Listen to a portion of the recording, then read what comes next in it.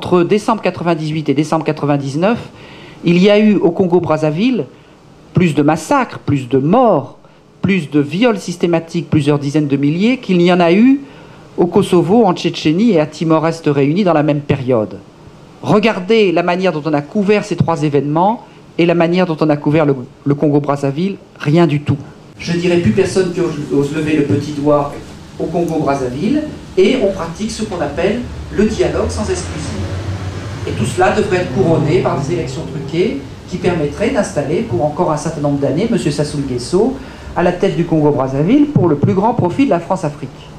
Ce qui est quand même tout à fait stupéfiant et que je n'ai jamais vu dans aucun autre pays, c'est à quel degré l'ensemble de l'éventail politique, y compris la gauche modérée, y compris une partie du Parti communiste, y compris l'extrême droite bien entendu, soutient intégralement M. Sassou Nguesso. On a vraiment l'impression que c'est le personnage clé qui défend, avec son gendre M. Bongo, le sort du rôle de la France en Afrique.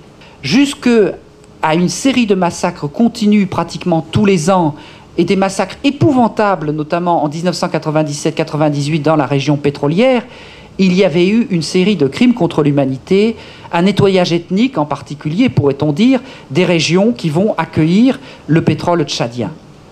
Et non seulement il y a cette série de crimes contre l'humanité, mais le pillage de ce pays est inimaginable. En plus, même le monde l'avoue, cet État est aujourd'hui considéré comme l'un des principaux porteur du trafic de fausses monnaies à travers le monde, puisqu'il a organisé une émission de faux dinars de Bahreïn pour 2 milliards de francs, ce qui n'est pas rien. Or, cet argent servait à toute autre chose qu'à lutter contre la pauvreté. Il y a à peine 2% de l'aide publique qui sert véritablement à des stratégies de lutte contre la pauvreté, et encore c'est généreux.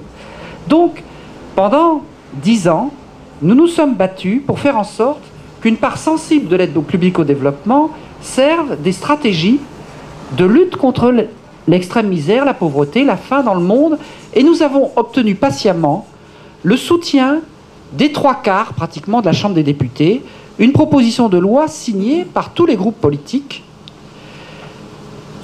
Cette proposition de loi a été déposée en 89, elle n'a jamais été inscrite à l'ordre du jour. Peu à peu, nous nous sommes rendus compte, comme le dit Sylvie Brunel, que l'aide publique au développement est trop utile à la réelle politique pour servir à lutter contre la faim. Autrement dit, plus crûment, que la corruption n'était pas marginale, mais centrale. Autrement dit, que la coopération, l'aide au développement, était un alibi d'une criminalité économique. Depuis, nous avons fait une étude statistique, nous avons constaté que plus un pays était riche en exportation, plus il touchait de l'aide au développement. Alors quand on vous explique que l'aide au développement sert à lutter contre la pauvreté alors qu'elle aide les riches des pays pauvres, en fait, l'aide publique au développement, c'est le lubrifiant de l'extraction de la rente. Quand on a trop matraqué le Congo-Brazzaville ou le Gabon ou le Cameroun des pays riches, il faut mettre un peu d'aide pour continuer à les exploiter. Voilà en gros la signification de l'aide publique au développement. Donc à partir de 1992, nous avons dit il faut dénoncer cette criminalité économique. En 1994, avec le soutien pendant les 4 mois du génocide, soutien militaire, politique, financier, diplomatique de la France à ceux qui commettaient ce génocide au Rwanda, puis le soutien à la réhabilitation de Mobutu, qui a détruit en partie son pays, puis le soutien au régime intégriste et raciste soudanais, qui est la cause à peu près de 2 millions de morts au sud du pays, on s'est dit, mais c'est pas seulement de la criminalité économique, c'est aussi une criminalité politique gigantesque. Et donc, à partir de ce moment-là, on s'est dit, nous qui avons mis du temps à découvrir tout cela, qui sommes absolument secoués au-delà du possible par la complicité de la France dans le génocide rwandais, nous ne pouvons plus nous taire. Nous devons dire ce que nous avons découvert.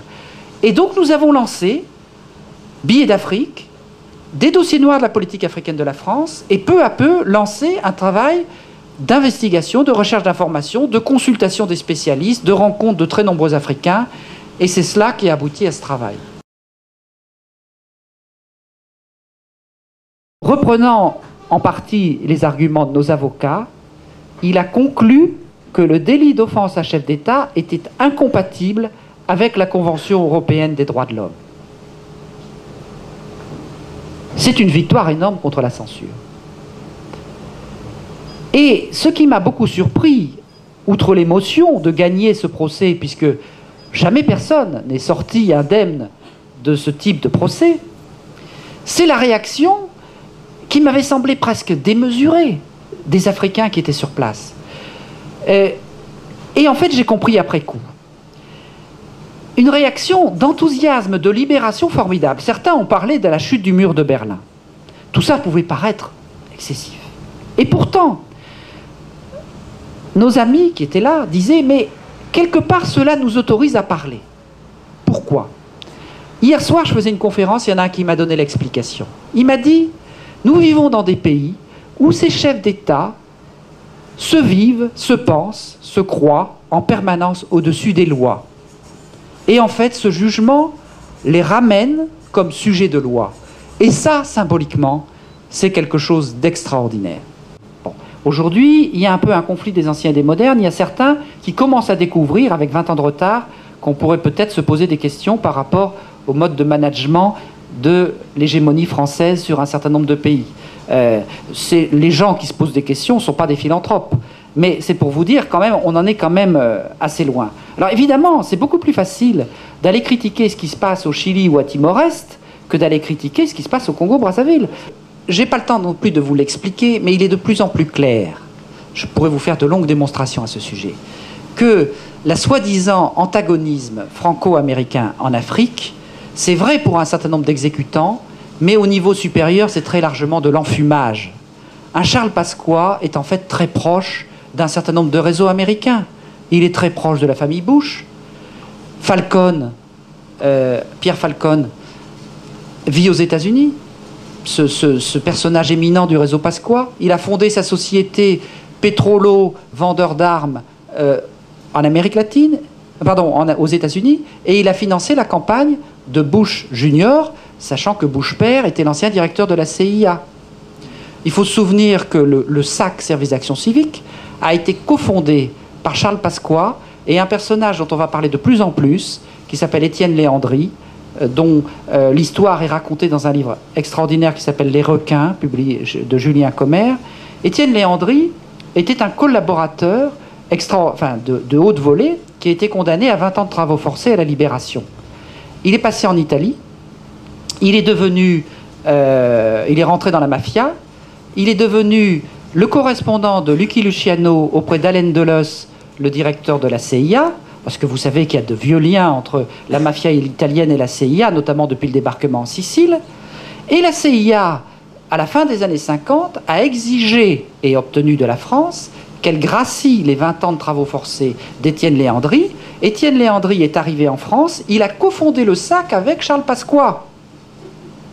Et Étienne Léandri est devenu le principal corrupteur français des 30 années suivantes. Il représentait, excusez du peu, Elf, Thomson et Dumez. Et il avait sa villa juste à côté de la villa espagnole, pratiquement par la même entrée, du roi d'Arabie Saoudite. Le roi d'Arabie Saoudite, c'est chasse gardée des États-Unis. Monsieur Léandri a été réintroduit par la CIA, à côté de Monsieur Pasqua. Donc, vous vous apercevez qu'il y a des partenariats qui sont extrêmement anciens.